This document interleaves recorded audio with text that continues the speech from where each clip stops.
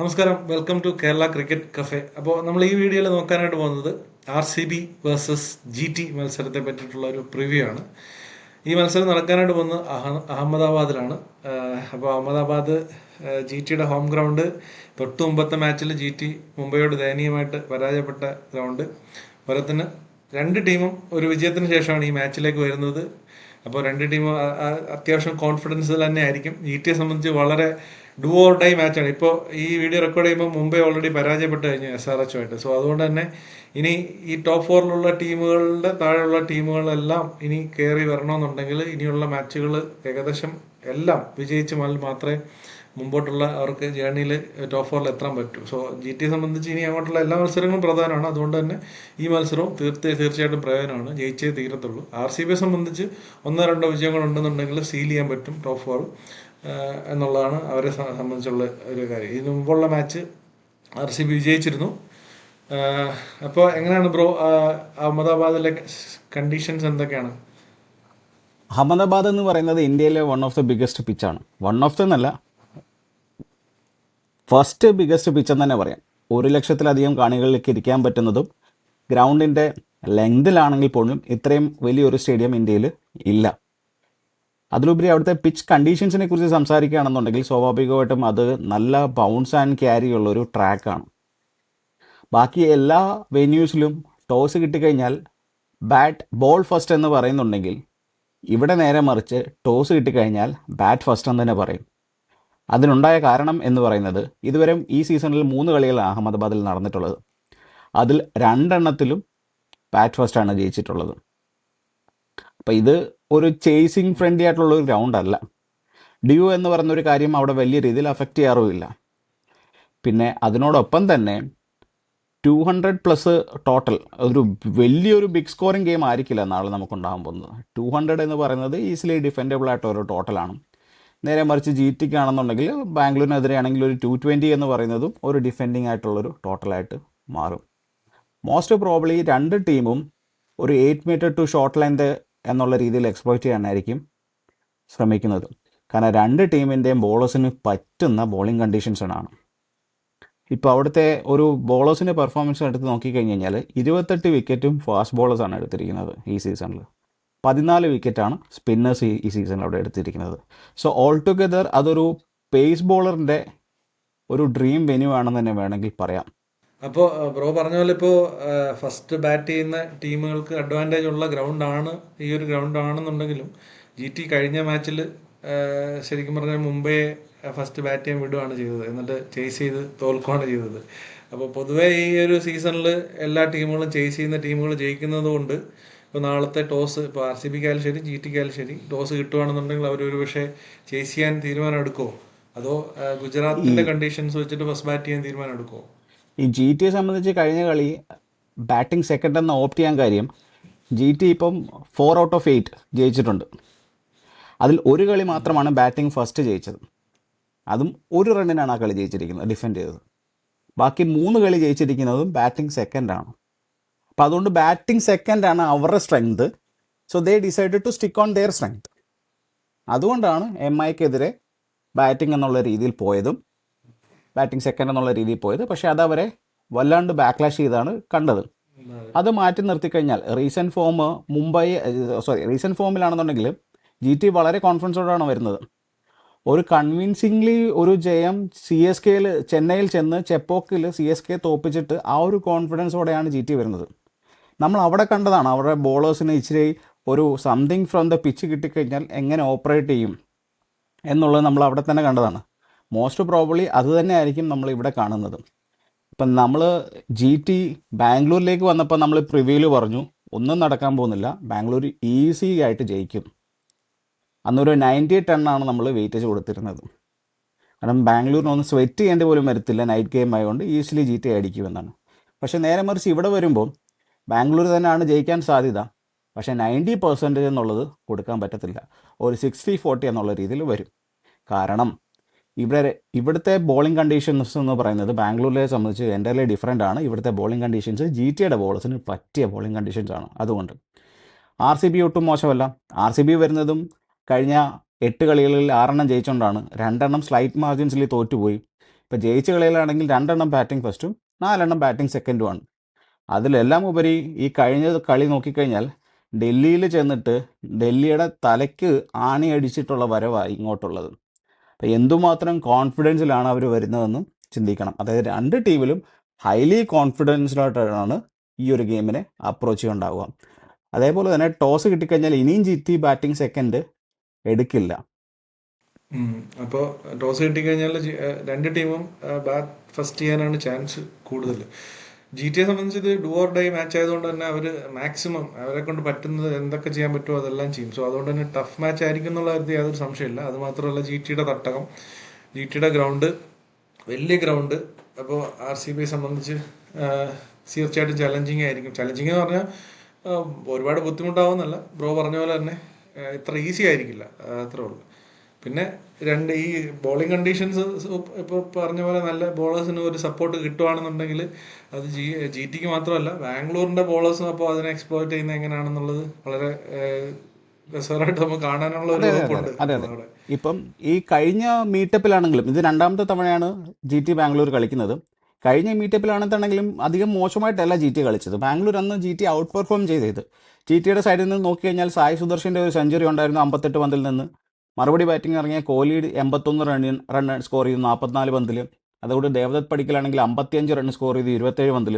അതിലെല്ലാം ഉപരി അവസാനത്തെ ഒരു 3 ഓവറാണ് RCB total game pull out ചെയ്തത്. അതായത് 17, 18, 19 എന്നുള്ള ഡെത്ത് ബോളിംഗ് ഓവേഴ്സിൽ ബാംഗ്ലൂർ റൺസ് കൺസൈഡ് ചെയ്യാതെ ഒരു സിംഗിൾ ബൗണ്ടറി പോലും കൺസൈഡ് ചെയ്യാതെ അവർ ഒരുപാട് രീതിയിൽ റെസ്ട്രിക്റ്റ് ചെയ്യുകയും തിരിച്ച് ചേസിങ്ങിൽ വന്ന് ഔട്ട് പെർഫോം ചെയ്ത് ജയിക്കുകയാണ് ഉണ്ടായത്. പിന്നെ രണ്ടുപേരും ബോളിംഗ് കമ്പയർ ചെയ്യുമ്പം പവർ പ്ലേ നമുക്ക് എടുത്തു നോക്കാം. അവിടെ പവർ പ്ലേ ഓപ്പറേറ്റ് ചെയ്യുന്നത് സിറാജും റബാഡയും കൂടാണ്. ഇവിടെ പവർ പ്ലേ ഓപ്പറേറ്റ് ചെയ്യുന്നത് ഹേസൽവുഡും ഭുവനേശ്വറുമാണ്. ഇപ്പോൾ രണ്ടുപേരിലും സ്ലൈറ്റ്ലി അല്ല, വലിയ ഡ്രാസ്റ്റിക് എഡ്ജ് ഇല്ല ബാംഗ്ലൂരിന്. ഡിഫറൻസ് ഉണ്ട്, പക്ഷെ വലിയ അന്തരമില്ല. മിഡിൽ ഓർഡേഴ്സ് നോക്കിക്കഴിഞ്ഞാലും അവരുടെ ഈ തവണ പ്രസിദ്ധ് കൃഷ്ണയും അതേ കൂട്ട് തന്നെ അവരുടെ പുതിയ ബോളർ, പുതിയ യങ് ഫൈൻഡിക് ആയിട്ടുള്ള അശോക് ശർമ്മയും തിരിച്ചു വരും. അതേ കൂട്ട് തന്നെ ജെയ്സൺ ഹോൾഡറും റഷീദ് ഖാനും. അങ്ങനെ നോക്കിക്കഴിഞ്ഞ് കഴിഞ്ഞാൽ മിഡിൽ ഓർഡറും ഏകദേശം ബാലൻസ്ഡ് ആണ് രണ്ട് ടീമിൻ്റെയും. ഇതിൽ മേജർ ഡിഫറൻസ് ഉണ്ടാകുന്നത് ഡെപ്ത് ബോളിങ്ങിലേക്ക് വരുമ്പോഴാണ്. ഡെപ്ത് ബോളിങ്ങിലേക്ക് വരുമ്പോഴത്തേക്കിന് ബാംഗ്ലൂരിൻ്റെ ഡെപ്ത് ബോളിംഗ് എന്ന് പറയുന്നത് GTയുടെ ഡെപ്ത് ബോളിങ്ങിനെക്കാട്ടിൽ ഫാർ ബെറ്റർ ആണ്. അത് കമ്പയർ ചെയ്യാൻ പോലും പറ്റുന്നില്ല. ഓക്കെ, അപ്പോൾ അവർക്ക് ആകെപ്പാടെ ഒരു ഡെപ്ത് ബോളർ എന്ന് പറയുന്നത് ഹോൾഡറാണ്. പക്ഷേ ഇവിടെ അങ്ങനെയല്ല. ഇവിടെ ഡെത്ത് ബോളിങ്ങിൽ XLA ആയിട്ട് 3 ഫാസ്റ്റ് ബോളേഴ്സും അതേ കൂട്ട് തന്നെ ഒരു സ്പിന്നറിൻ്റെ സപ്പോർട്ടാണെങ്കിലും ബാംഗ്ലൂരിനുണ്ട്. അപ്പോൾ ആ ഒരു വെയിറ്റേജ് ആണ് ബൗളിങ്ങിൽ ബാംഗ്ലൂരിന് കൊടുക്കേണ്ടിയിരിക്കുന്നത്. നേരെ മറിച്ച് ബാറ്റിങ്ങിലേക്ക് നോക്കുമ്പോഴത്തേക്കിന് GT ആണെങ്കിൽ ആകെ 3 പ്ലെയറിനെ മാത്രം ഡിപ്പെൻഡ് ചെയ്തുകൊണ്ടാണ് ഇരിക്കുന്നത്. സായ് സുദർശൻ, ശുഭ്മൻ ഗില്ല്, ബട്ട്ലർ. ഈ 3 പേരെ മാത്രം ഡിപ്പെൻഡ് ചെയ്തുകൊണ്ടിരിക്കുന്ന GTയുടെ മിഡിൽ ഓർഡറിൻ്റെയും ഫിനിഷിംഗ് വീക്ക്നെസ്സും നമ്മൾ പലതവണ ഡിസ്കസ് ചെയ്തിട്ടുള്ളതാണ്. പക്ഷേ നേരെ മറിച്ച് ബാംഗ്ലൂരിലേക്ക് വരുമ്പം ഒരു ദിവസം ഒരാളാണ് കളിക്കുന്നതെന്നുണ്ടെങ്കിൽ അടുത്ത ദിവസം അടുത്ത ആളാണ് കളിക്കുന്നത്. അപ്പോൾ through out 1 to 8 game changers ആണ്. അവരിൽ ആരെങ്കിലും ഒരാൾ കളിച്ചു കഴിഞ്ഞാൽ തന്നെ ഈ പറയുന്ന അവരെത്ര പോസ്റ്റ് ചെയ്താലും അതിനെ ഈസിലി ആയിട്ട് ചേസ് ചെയ്യാൻ ബാംഗ്ലൂരിന് പറ്റും. ആ 2 എഡ്ജിലാണ് ബാംഗ്ലൂർ ജയിക്കുമെന്ന് പറയാൻ കാര്യം. പിന്നെ എന്തുകൊണ്ട് ബാംഗ്ലൂർ ഈസി ആയിട്ട് ജയിക്കത്തില്ല എന്ന് ചോദിച്ചു കഴിഞ്ഞാൽ അവിടുത്തെ പിച്ച് കണ്ടീഷൻസും അവരുടെ ബോളേഴ്സിന് പറ്റിയ സൂട്ടായിട്ടുള്ള പിച്ചായതുകൊണ്ടാണ് ബാംഗ്ലൂർ അങ്ങനെ ഈസിലി വാക്ക് ഓവർ ചെയ്യത്തില്ല, അല്ലെങ്കിൽ അങ്ങ് ജയിച്ചു പോകത്തില്ല എന്ന് പറയാനുണ്ടായ കാര്യം. ബാംഗ്ലൂരെ സംബന്ധിച്ച് നോക്കുകയാണെന്നുണ്ടെങ്കിൽ GTയുടെ അവരുടെ ടോപ്പ് 3 എടുക്കുക എന്നുള്ളത് അവരെ സംബന്ധിച്ച് ഏറ്റവും ഇമ്പോർട്ടൻ്റ് ആയിട്ടുള്ള കാര്യം. ആ ടോപ്പ് 3 എടുത്തു കഴിഞ്ഞാൽ തീർച്ചയായിട്ടും ഈസി ആയിട്ട് മാച്ച് ചെയ്യിക്കാനായിട്ട് ബാംഗ്ലൂരിന് സാധിക്കും. സ്വാഭാവികമായിട്ട് അപ്പോൾ ഹേസൽവുഡും ഭുവനേശ്വർ കുമാറും അവരുടെ മെയിൻ മിഷൻ തന്നെ ഇവരെ എടുക്കുക എന്നുള്ളതായിരിക്കും. അപ്പോൾ അതിന് അവർ പ്രത്യേകിച്ച് എന്തെങ്കിലും ഇപ്പോൾ സായ് സുദർശനെ എടുക്കാനോ അല്ലെങ്കിൽ ശുഭ്മൻ ഗില്ലിനെ എടുക്കാനോ അവർ പ്രത്യേകിച്ച് എന്തെങ്കിലും ഒരു അഹമ്മദാബാദിൽ ഒരു പ്രത്യേക ഒരു ലെങ്തോ അല്ലെങ്കിൽ ഒരു ലൈനോ കീപ്പ് ചെയ്യാൻ സാധ്യതയുണ്ടോ? അത് മാച്ചപ്സ് നോക്കുകയാണെന്നുണ്ടെങ്കിൽ നമ്മുടെ ഭുവനേശ്വർ കുമാർ 8 തവണ ബട്ട്ലറിൻ്റെ വിക്കറ്റ് എടുത്തിട്ടുണ്ട് പുള്ളിയുടെ കരിയറിൽ. അതേപോലെ തന്നെ 4 തവണ ശുഭ്മൻ ഗില്ലിനെ എടുത്തിട്ടുണ്ട്. പക്ഷേ ഈ സായ് സുദർശൻ എന്ന് പറഞ്ഞ ബാറ്റ്സ്മാൻ ഇതുവരെ ഭുവനേശ്വർ കുമാറിനോ സുയാശി ശർമ്മയ്ക്കോ വിക്കറ്റ് കൊടുത്തിട്ടില്ല. ഹേസൽവുഡിനും ശുഭ്മൻ ഗില്ലിനെതിരെ നല്ല ട്രാക്ക് റെക്കോർഡുണ്ട്. നേരെ മറിച്ച് ഈ പറഞ്ഞ സായ് സുദർശന് തന്നെ RCBക്കെതിരെ ആവറേജ് 54-55 ആണ്. നേരെ മറിച്ച് കോഹ്ലിക്കാണെന്നുണ്ടെങ്കിൽ ആവറേജ് 88. ഇപ്പുറത്തെ സൈഡിലേക്ക് വരുമ്പോൾ ദേവദത്ത് പടിക്കലിനാണെന്നുണ്ടെങ്കിൽ 3 തവണ വീതം റഷീദ് ഖാനും സിറാജും ത്രൂ ഔട്ട് ദെയർ കരിയർ ഔട്ടാക്കിയിട്ടുണ്ട്. മോസ്റ്റ് പ്രോബബ്ലി രണ്ടുപേരും അവരവരുടേതായിട്ടുള്ള, അതായത് ഭുവനേശ്വർ കുമാർ ആണെന്നുണ്ടെങ്കിലും ഹേസൽവുഡ് ആണെങ്കിലും 8 ഷോർട്ട് മീറ്റർ ലെങ്തിൽ ഈ പറഞ്ഞൊരു ത്രോട്ട് ലെങ്ത് അല്ലെങ്കിൽ ഒരു റിപ്കേജ് ലെങ്ത് എന്നുള്ള രീതിയിലായിരിക്കും എക്സ്പ്ലോയിറ്റ് ചെയ്യുക. പർട്ടിക്കുലർലി ഇപ്പോൾ സായി സുദർശനെ കുറിച്ചാണെങ്കിൽ കഴിഞ്ഞൊരു ഏതോ ഒരു നമ്മുടെ റിവ്യൂവിനകത്തുള്ള ഒരാൾ വന്ന് കമൻറ്റ് ചെയ്തിരുന്നു, സായി സുദർശൻ ഒന്ന് ഡീകോഡ് ചെയ്യാൻ പറ്റുമോ എന്നുള്ള രീതിയിൽ. അപ്പം അങ്ങനെ നോക്കിക്കഴിഞ്ഞ് കഴിഞ്ഞാൽ ആ ഒരു ആംഗിലൂടെ ഞാൻ സംസാരിച്ച് കഴിഞ്ഞാൽ സായി സുദർശൻ എന്ന് പറഞ്ഞ ബാറ്റ്സ്മാൻ ഒരിക്കലും ഒരു പവർ ഹിറ്റർ അല്ല. അതിലധികം ആർക്കും ഒരു എതിരഭിപ്രായം ഉണ്ടായിരിക്കത്തില്ല. മോസ്റ്റ് പ്രോബബ്ലി പുള്ളി square of the wicket, third man point, ആ 3 ഏരിയയിലാണ് റൺസ് കണ്ടെത്തുന്നത്. ഇപ്പോൾ സായി സുദർശനെതിരെ mid on mid off straight ആയിട്ട് നിർത്തുക, കവർ ഡീപ്പ് സ്ട്രെയിറ്റ് ആയിട്ട് നിർത്തുക, എന്നിട്ട് പുള്ളിയെ ഫ്രണ്ടിൽ കളിപ്പിച്ച് എടുക്കാനായിരിക്കും നോക്കുക. അങ്ങനെ ഉണ്ടായ കണ്ടീഷൻസിൽ പുള്ളി മിഡ് ഓൺ മിഡ് ഓഫ് ഏരിയസിൽ മിസ് ടൈം ചെയ്ത് ഔട്ടായിട്ടുള്ള ഒരുപാട് സാഹചര്യങ്ങൾ ഉണ്ടായിട്ടുണ്ട്.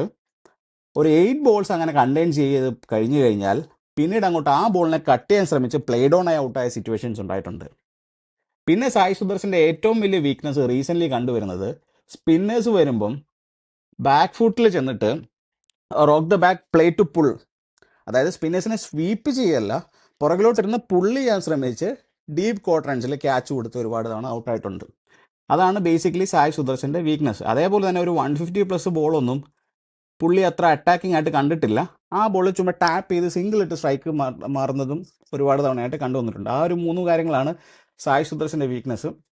ഈ ശുഭ്മൻ ഗില്ലിനാണെങ്കിൽ തന്നെ ഒരിക്കലും ഒരു പുൾ ഷോട്ട് കളിക്കാനോ അല്ലെ ഷോർട്ട് ആം ജാമ്പ് കളിക്കാനോ ഉള്ളൊരു സ്പേസ് കൊടുക്കാതെ സ്വിങ് എക്സ്പ്ലോയിറ്റ് ചെയ്ത ഒരു 4 സ്റ്റംപ് ലൈനിൽ ഒന്നെങ്കിൽ സ്ലിപ്പ് അല്ലെന്നുണ്ടെങ്കിൽ വിക്കറ്റ് കീപ്പർ ക്യാച്ച് എന്നുള്ള നിലയിൽ എടുക്കാനായിരിക്കും പ്ലാൻ ചെയ്യുക. അല്ലെന്നുണ്ടെങ്കിൽ ഹേസൽവുഡിൻ്റെ മാസ്റ്റർ സ്ട്രോക്ക് ഐറ്റം ആയിട്ടുള്ള ഹിറ്റ് ദ ഡെക്ക് ഒരു 10 മീറ്റർ ലെങ്തിൽ എറിഞ്ഞ് ഒട്ടും ടൈം കൊടുക്കാതെ ബാക്ക് ഫുട്ടിൽ ബ്ലോക്ക് ചെയ്ത് സ്റ്റക്കായി ഉള്ളൊരു ടോപ്പ് എഡ്ജ് ചെയ്ത് ആരെങ്കിലും ക്യാച്ച് എടുത്ത് അതും എക്സ്പ്ലോയിറ്റ് ചെയ്യുന്ന, രാഹുലിനെ എടുത്ത പോലെ.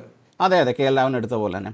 ബട്ട്ലറിൻ്റെ ആണെന്നുണ്ടെങ്കിൽ ഞാൻ ഈ പറഞ്ഞിട്ട് ഒരു ഹാൻഡ് ഐ കോർഡിനേഷൻ ബട്ട്ലറിൻ്റെ വീക്ക് ആയതുകൊണ്ട് മോസ്റ്റ് പ്രോബബ്ലി ഹൈ ചാൻസ് ഉണ്ട് ഭുവനേശ്വർ കുമാർ ഇൻസ്വിങ്ങിൽ കൂടെ LBW ആക്കാനുള്ള ഹൈ ചാൻസും ഞാൻ കാണുന്നുണ്ട്. അപ്പോൾ ആ 2 കാര്യങ്ങളാണ് അവർ നോക്കുക. നേരെ മറിച്ച് ഇപ്പുറത്തെ സൈഡിൽ നിന്ന് ഇപ്പോൾ റബാഡ ആണെന്നുണ്ടെങ്കിലും സിറാജ് ആണെന്നുണ്ടെങ്കിലും മുംബൈക്കെതിരെ പോലും റബാഡ 3 വിക്കറ്റ് എടുത്തു, സിറാജ് 1 വിക്കറ്റ് എടുത്തു, നല്ല രീതിയിൽ അപ്പ് ഫ്രണ്ട് ബോൾ ചെയ്തു. അപ്പോൾ അവരുടെ ആ തനതായിട്ടുള്ള ആ ലെങ്തും ലൈനും എക്സ്പ്ലോയിറ്റ് ചെയ്തിട്ട് തന്നെ ആയിരിക്കും RCBക്കെതിരെ അവർ വരിക. സിറാജ് ഒരു ത്രെട്ടനിങ് ആയിട്ടുള്ളൊരു ഇത് തന്നെ. സിറാജിന് ശരിക്കും അവർ അണ്ടർ ദ റഡാർന്നോ അല്ലെങ്കിൽ അണ്ടർ റൈറ്റഡ് എന്ന് പറയാം ഈ സീസണിൽ പറയാൻ പറ്റുന്നത്. വിക്കറ്റ്സ് അധികം കിട്ടിയിട്ടില്ലെങ്കിൽ പോലും ഒരു കളിയിൽ പോലും ഒരു 25 അറൗണ്ട് 25 ഒക്കെ തന്നെ ഒരു 4 ഓവറിൽ പുള്ളി കൊടുത്തിട്ടുള്ളൂ. പണ്ട് RCBയിലുള്ള സമയത്ത് ചെണ്ടയെന്ന് അറിയപ്പെട്ടിരുന്ന ഒരു ബോളറാണ്. പിന്നെ ഇപ്പോൾ അഹമ്മദാബാദ് എന്ന് പറയുന്നത് പുള്ളിക്ക് കുറച്ചും കൂടെ പറ്റിയ ഒരു കണ്ടീഷനാണ് ചിന്നസ്വാമിയെ വെച്ച് നോക്കുമ്പോഴത്തേക്ക്. അതുകൊണ്ട് ഒരു ഇതുണ്ട്. എങ്കിൽ പോലും അങ്ങനല്ല, ബാക്കി അവയിൽ പോയിട്ടും പുള്ളി നല്ല രീതിയിൽ തന്നെ ഇപ്പോൾ ഈ ഒരു സീസൺ മൊത്തം എറിഞ്ഞുകൊണ്ടിരിക്കുന്നത്. സോ സിറാജിന് വിക്കറ്റും കൂടെ കിട്ടുവാണെന്നുണ്ടെങ്കിൽ തീർച്ചയായിട്ടും നാളെ സിറാജ് ഒരു ത്രെട്ടനായിട്ട് വരും. അവർ നല്ല രീതിയിലാണ് സിറാജിനെ യൂസ് ചെയ്യുന്നത്. അതായത് if something in the pitch കണ്ടു കഴിഞ്ഞാൽ 3 ഓവർ കണ്ടിന്യൂസ് സിറാജ് എറിയും പവർ പ്ലേയിൽ തന്നെ. പിന്നെ ഒരു ഓവർ മാത്രമാണ് ഡെപ്തിൽ സിറാജ് എറിയേണ്ടി വരിക. അതായത് സിറാജ് ഒരു ഡെപ്ത് ബോളർ അല്ല. എത്രത്തോളം പുള്ളിയെ ഡെപ്തിൽ എറിയുന്നു അത്രത്തോളം പുള്ളി എക്സ്പെൻസീവ് ആവും. അതുകൊണ്ട് അപ്രണ്ട് തന്നെ സിറാജിനെ കൊണ്ട് എറിഞ്ഞ് തീർക്കാനായിരിക്കും അവർ ശ്രമിക്കുക. മിഡിൽ ഓവേഴ്സ് കൺട്രോൾ ചെയ്യാൻ വേണ്ടി ഈ തവണ അവർ അശോക് ശർമ്മയും പ്രസിദ്ധ് കൃഷ്ണയും ടീമിലേക്ക് തിരിച്ചു കൊണ്ടുവരും. അർഷദ് ഖാനെയും അതേകൂട്ട് മാനവിനെയും പുറത്തിരുത്താനാണ് സാധ്യത കൂടുതൽ.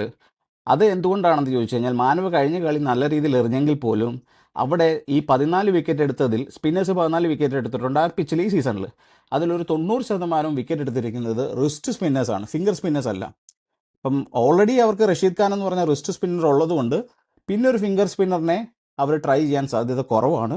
പക്ഷേ അവിടെ 28 വിക്കറ്റും ഫേസ് ബൗളേഴ്സാണ് എടുത്തിട്ടുള്ളതുകൊണ്ടും അതുകൊണ്ട് തന്നെ ഈ 2 ഫാസ്റ്റ് ബോളേഴ്സിനെ തിരിച്ചു കൊണ്ടുവരാനും നല്ല സാധ്യതയുണ്ട്. ഈ അശോക് ശർമ്മ എന്ന് പറഞ്ഞ ആൾ കണ്ടിന്യൂസ്ലി 150+ ഡെലിവർ ചെയ്യാൻ പറ്റുന്ന ഒരു ബോളറാണ്. പക്ഷേ ബാംഗ്ലൂരിനെ സംബന്ധിച്ച് ഇപ്പോൾ പേസ് ഒരു പ്രശ്നമല്ല. 150 ആയാലും 160 ആയാലും കഴിഞ്ഞ ദിവസം കണ്ടു 150+ എറിഞ്ഞ ബോൾ പടിക്കൽ ഡ്രൈവ് ചെയ്ത് 6 കളയുന്നത് നമ്മൾ കണ്ടതാണ്. അതും സ്റ്റെപ്പിംഗ് ഔട്ട് ഇറങ്ങി. അതുകൊണ്ട് പേസ് ഒരു പ്രശ്നമല്ലെന്നുണ്ടെങ്കിലും പുള്ളിയുടെ വേരിയേഷൻസ് അവിടെ ഒരു പ്രശ്നമാകും. സ്ലോവർ ബോളും അത്ര 150 നേരെ 110 എറിയുന്ന ആ ഒരു വേരിയേഷൻ പിക്കപ്പ് ചെയ്യാൻ വേണ്ടി ബുദ്ധിമുട്ടും. ഡെപ്ത് ഓവർ ഹോൾഡറിനെ കൊണ്ട് കൺട്രോൾ ചെയ്യാനായിരിക്കും അവർ ശ്രമിക്കുക. ഓക്കെ, അപ്പോൾ നമ്മൾ ഇപ്പോൾ ഈ ഒരു ടൂർണമെന്റിന്റെ ഒരു ഹെൽത്തി ആയിട്ട് പോകാൻ വേണ്ടിയിട്ട് നാളെ GT ജയിക്കണമെന്നുള്ളതാണ് എൻ്റെ ഒരു ആഗ്രഹം. കാരണം എങ്കിലേ GTക്ക് ഒരു സാധ്യതയുള്ളൂ. അതുപോലെ തന്നെ ഇനി മുന്നോട്ട് പോകുമ്പോൾ ചെന്നൈയുടെ മാച്ചസ് ഒക്കെ ജയിക്കണം. സോ ആ ഒരു പെർസ്പെക്റ്റീവ് എന്ന് പറഞ്ഞിട്ട് നമുക്ക് വൈൻഡപ്പ് ചെയ്യാം. അതായത് എന്തായാലും RCBക്ക് നമ്മൾ ജയിക്കേണ്ടത് എങ്ങനെയാണെന്ന് പറഞ്ഞു കൊടുക്കേണ്ട ആവശ്യമില്ല. അപ്പോൾ GTക്ക് RCB അടിക്കണമെന്നുണ്ടെങ്കിൽ ഏത് രീതിയിൽ എന്തൊക്കെ കാര്യങ്ങൾ ചെയ്താൽ GTക്ക് RCB GTക്ക് അടിക്കാനായിട്ട് RCBയെ പറ്റും? അടിക്കണം എന്നുണ്ടെങ്കിൽ ഒരുപാട് കോളംസ് ടിക്ക് ചെയ്യേണ്ടി വരും. അതായത് പവർ പ്ലേയിൽ 2 ബോളേഴ്സും സ്ട്രൈക്ക് അപ്പ് ഫ്രണ്ട് ചെയ്യേണ്ടി വരും, വിക്കറ്റ് എടുക്കേണ്ടി വരും. മിഡിൽ ഓവേഴ്സിൽ അവർ റഷീദ് ഖാനും അശോക് ശർമ്മയും പ്രസിദ്ധ് കൃഷയും ഡെലിവർ ചെയ്യേണ്ടി വരും. ഡെപ്ത് ഓവറിൽ ഹോൾഡർ കൺട്രോൾ ലൈക്ക് നല്ല രീതിയിൽ കൺട്രോൾ ചെയ്യേണ്ടി വരും. അതേപോലെ തന്നെ ബാറ്റിങ്ങിലാണെന്നുണ്ടെങ്കിൽ ഈ 3 പ്ലെയേഴ്സും 15 ഓവർ പ്ലസ് നോട്ട് ഔട്ടായിട്ട് നിൽക്കേണ്ടി വരും. അപ്പോൾ അങ്ങനെയുള്ള ഒരുപാട് ബോക്സസ് ഇവർക്ക് ടിക്ക് ചെയ്യേണ്ടതായിട്ട് വരും. ബാംഗ്ലൂരിനെ സംബന്ധിച്ച് ഇങ്ങനെയുള്ള power play, middle over depth, അല്ലെ ബാറ്റിംഗ് ടോപ്പ് ബോട്ടം, ഇതിലേതെങ്കിലും 2 എണ്ണം ക്ലിക്കായാൽ തന്നെ ബാംഗ്ലൂർ ഈസിലി ആയിട്ട് 2 പോയിന്റ് കൊണ്ടുപോകും. അതാണ് ഡിഫറൻസ്. അപ്പോൾ ഇവിടെ ഒരുപാട് അപ്പോൾ ശരിക്കും പറഞ്ഞാൽ ബാംഗ്ലൂർ ഈ ഒരു സീസണിൽ ഒരു മാച്ചിൽ പതറുന്നത് എപ്പോഴെങ്കിലും കണ്ടിട്ടുണ്ടെങ്കിൽ മിഡിൽ ഓവേഴ്സിൽ, അതായത് ഒരു 6 പവർ പ്ലേ കഴിഞ്ഞിട്ട് ഒരു റണ്ണ് വരാതിരുന്ന ഒരു ഘട്ടത്തിൽ മാത്രമാണ്.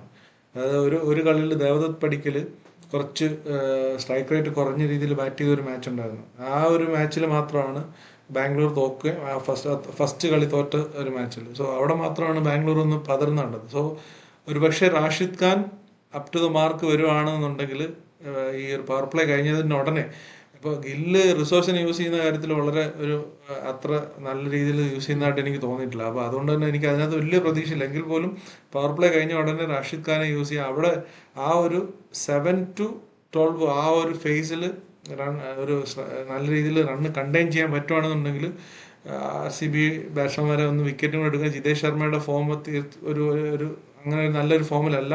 അപ്പോൾ ആ ഫിനിഷിങ്ങിൽ റൊമാരി ഷെപ്പേർഡും അറൈവ് ആയിട്ടില്ല എന്നൊക്കെ വെച്ച് നോക്കുമ്പോഴത്തേക്ക് അവിടെ റണ്ണ് കണ്ടെയ്ൻ ചെയ്യാൻ പറ്റുവാണെന്നുണ്ടെങ്കിൽ ഒരുപക്ഷെ RCBയെ ഇവരുടെ ഒരു കളി സ്ഥലം ഉണ്ടല്ലോ, ഈ GTയുടെ ഒരു 200 അറൗണ്ട് 200 എന്ന് പറയുന്ന ഒരു സ്കോറിലേക്ക് RCB നിർത്താനായിട്ട് ഇവർക്ക് പറ്റിയ പിന്നീട് നല്ല രീതിയിൽ ടോപ്പ് 3 പെർഫോമും കൂടെ ചെയ്യുകയാണെന്നുണ്ടെങ്കിൽ ഒരു ചാൻസ് GTക്ക് കാണുന്നുണ്ട് അല്ലേ?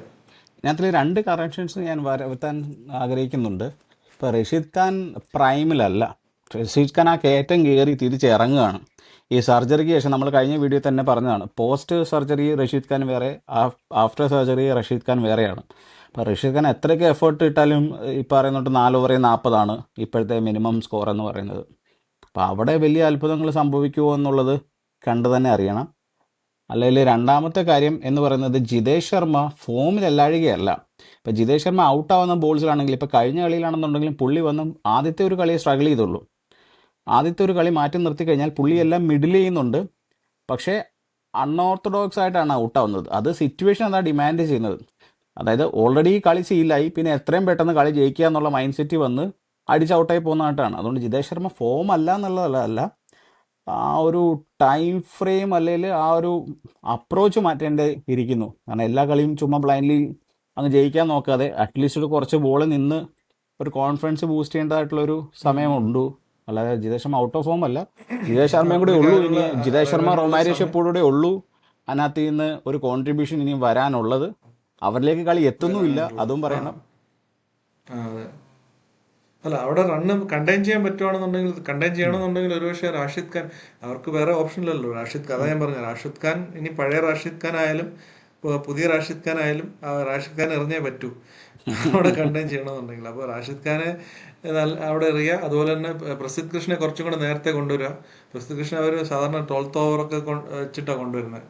അപ്പോൾ അതിനെ ഒന്ന് കുറച്ചും കൂടെ നേരത്തെ കൊണ്ടുവന്നിട്ട് അവിടെ നിന്ന് റണ്ണ് കണ്ടെയ്ൻ ചെയ്യാൻ പറ്റുവാണെന്നുണ്ടെങ്കിൽ ഒരു സാധ്യത കാണുന്നുണ്ട് GTക്ക്. അല്ല, അവിടുന്ന് അടി തുടങ്ങിക്കഴിഞ്ഞാൽ പിന്നെ ഒരു രക്ഷയില്ലല്ലോ. രജത് പട്ടീദർ, ദേവദത്ത് പടിക്കലിന്റെ ഫോം കണ്ടിട്ട് വേറെ ഈ സത്യം പറഞ്ഞ ഇത്രയും ഡെഡ്ലി ആയിട്ട് വേറെ ഒരു ബാറ്റ്സ്മാനും തോന്നുന്നില്ല. ഞാനൊരു പോസ്റ്റ് ഉണ്ട് റീസെന്റ്, ദേവദത്ത് പടി ഗെയിൽ എന്ന് പറഞ്ഞ് ഗെയിൽ ഇങ്ങനെ നിൽക്കുന്ന ഫോട്ടോയിൽ ദേവദത്ത് പടിക്കലിന്റെ ഫോട്ടോ ഒക്കെ ആയിട്ട് അമ്മാതിരി ഫോമിലാണ് ഇപ്പം ദേവദത്ത് പടിക്കൽ മുന്നോട്ട് വന്നത്. കവറിന് മേളിൽ കൂടെ അടിച്ച 6 അതൊക്കെ ഒരു രക്ഷയില്ല. സത്യം പറഞ്ഞാൽ ഇപ്പൊ കഴിഞ്ഞ വർഷത്തെ ടിം ഡേവിഡ്, ഷെപ്പേഡ് എന്നൊക്കെ പറഞ്ഞ് പേടിക്കുന്ന പോലെ ദേവദത്ത് പടിക്കലിനെ പേടിക്കേണ്ട ഒരു രജത് അവസ്ഥയാണ്. പടിദാർ എന്നുള്ള രീതിയിൽ അത് ഇപ്പോൾ ഒരു പേടിക്കേണ്ട സത്യം പറഞ്ഞ രീതിയിലായി. ഒരു ട്വിസ്റ്റ് തന്നെയാണത്. പണ്ട് അതെ ദേവദത്ത് പടിക്കൽ എന്ന് പറഞ്ഞാല് നമ്മൾ ഏത് രീതിയിലാണ് കാണുന്നതെന്ന് ആലോചിക്കുക. അവിടുന്ന് ഇപ്പൊ കാണുന്ന ദേവദത്ത് പടിക്കൽ ആനയാണ് തമ്മിലുള്ള വ്യത്യാസമുണ്ട്. അതെ 2024 ദേവദത്ത് പടിക്കലിന്റെ സ്ട്രൈക്ക് റേറ്റ് എന്ന് പറയുന്നത് 84, 2025 ദേവദത്ത് പടിക്കലിന്റെ സ്ട്രൈക്ക് റേറ്റ് എന്ന് പറയുന്നത് 125, ഈ സീസണിൽ ദേവദത്ത് പടിക്കലിന്റെ സ്ട്രൈക്ക് റേറ്റ് എന്ന് പറയുന്നത് 179. എന്ത് ഫാസ്റ്റായിട്ടാണ് പുള്ളി കഴിഞ്ഞ കളി ചേഞ്ച് സീസണിൽ ഒരു ചെയ്തത്. ഗ്ലിംസ് കാണിച്ചിരുന്നു 1-2 ഇന്നിങ്സിൽ. അതെ അതെ, പക്ഷെ പിന്നെ ഇഞ്ചുറി ആയി പോയിട്ടാണ്, അല്ലെങ്കിൽ പക്ഷെ തീർച്ചയായിട്ടും ഒരുപാട് ഉണ്ടായേനെ. ഈ എന്തുവായാലും ഈ ബാംഗ്ലൂർ സീസൺ പക്ഷെ ഒരു രക്ഷയില്ലാണ്. എന്തുവായാലും കളിയിൽ ബാംഗ്ലൂരിനാണ് എഡ്ജ്. എടുക്കണം. ഞാൻ ബാംഗ്ലൂർ തന്നെ ജയിക്കട്ടെ. എന്തൊക്കെ സംഭവിച്ചാലും ഗില്ലിന് സപ്പോർട്ടാണ്. ഗില്ലിന് സപ്പോർട്ടാണ് ബാംഗ്ലൂർ ഈ നാളെ മാച്ചിൽ. ജയിക്കും. ഞാൻ ഗില്ലിന് പൊതുവേ എനിക്ക് സപ്പോർട്ട് ഇല്ലെങ്കിൽ നാളത്തെ മാച്ചിൽ ഗില്ലിന് സപ്പോർട്ടാണ്. ഇനി ടോപ്പ് ടീമിന് ഇനി ഏത് ടീം കളിച്ചാലും അവർക്കെതിരെ കളിക്കുന്ന ഏത് അണ്ടനെ അടുക്കൊണ്ടനെയും ഞാൻ സപ്പോർട്ട് ചെയ്യുന്നതായിരിക്കും. ഗില്ലിനെ ഉദ്ദേശമല്ല. അയ്യോ അയ്യോ. ഇനി പഞ്ചാബിനെതിരെ കളിച്ചാലും ഇത് SRHനെതിരെ കളിച്ചാലും RR അതുപോലെ തന്നെ ബാംഗ്ലൂർ, ഇവർക്കെതിരെ ഏത് ടീം കളിച്ചാലും അവർക്കാണ് സപ്പോർട്ട്. അപ്പോൾ നാളെ എന്തായാലും അവർ ജയിക്കട്ടെ. നമ്മൾ എന്തായാലും വിചാരിച്ചൊരു ടൈമിൽ കൂടുതൽ പോയി. അതെ, എന്തായാലും നമുക്ക് വൈൻഡപ്പ് ചെയ്യല്ലേ? അതേപോലെ എനിക്ക് ചെറിയൊരു റിക്വസ്റ്റ് ഉണ്ട്. ഈ വീഡിയോ നിങ്ങൾ കാണുന്നുണ്ടെങ്കിൽ നിങ്ങൾ ഇതുവരെ സബ്സ്ക്രൈബ് ചെയ്തിട്ടില്ലാത്തവരാണെന്നുണ്ടെങ്കിൽ ഒരു സബ്സ്ക്രിപ്ഷൻ തരിക. അതേകൂട്ട് തന്നെ ഞങ്ങൾ കൂടുതലും നിങ്ങളുടെ ഇൻട്രാക്റ്റീവ് സെഷൻസ് ആഗ്രഹിക്കുന്നുണ്ട്. നിങ്ങളുടെ എല്ലാ തോട്ട്സും ശരിയോ തെറ്റോ ആയിക്കോട്ടെ നിങ്ങൾ വന്ന് പോസ്റ്റ് ചെയ്യുക. നമ്മൾക്ക് മിസ്സായിട്ടുള്ള ഒരുപാട് പോയിൻറ്റ്സ് ഉണ്ട്, അത് വന്ന് ആഡ് ചെയ്യുക. അതേകൂട്ട് നിങ്ങൾക്ക് പറയാൻ ഒരുപാട് കാര്യങ്ങളുണ്ടാവും, അത് വന്ന് പോസ്റ്റ് ചെയ്യുക. കാരണം ഒരു ഹെൽത്തി ഡിസ്കഷൻസ് ഡെവലപ്പ് ചെയ്യുക, ഒരു ഹെൽത്തി ഗ്രൂപ്പ് ഡെവലപ്പ് ചെയ്യുക എന്നുള്ളതാണ് നമ്മുടെ പ്രധാന ലക്ഷ്യം. അതിലേക്ക് നമ്മൾ നിങ്ങളെല്ലാവരെയും പാർട്ടിസിപ്പേഷൻ ആഗ്രഹിക്കുന്നുണ്ട്. നിങ്ങളെല്ലാവരും ആക്റ്റീവായിട്ട് പാർട്ടിസിപ്പേറ്റ് ചെയ്യും ഇനി അങ്ങോട്ട് എന്നുള്ള രീതിയിൽ ഞാൻ വിശ്വസിക്കുന്നുണ്ട്. അത് നിങ്ങളുടെ സൈഡിൽ നിന്നൂടെ ഉണ്ടാകുക. ഓക്കെ, എല്ലാ പറ്റുന്നവർ സപ്പോർട്ട് ചെയ്യുക, സബ്സ്ക്രൈബ് ചെയ്യുക. അതുപോലെ തന്നെ കമൻസ് ബ്രോ പറഞ്ഞ പോലെ തന്നെ കമൻറ്റ് ചെയ്തിട്ട് നമുക്ക് കുറച്ചും കൂടി ഇൻട്രാക്ഷൻസ് ഉണ്ടാവട്ടെ. അപ്പോൾ കുറച്ചും കൂടെ ഹെൽത്തി ആയിട്ടുള്ള ഡിസ്കഷൻസ് നടക്കട്ടെ. അപ്പോൾ നമുക്ക് മറ്റൊരു ക്രിക്കറ്റ് റിലേറ്റഡ് വീഡിയോയിൽ വീണ്ടും കാണുന്നവരെ bye. Bye Arun bro, bye. Good night.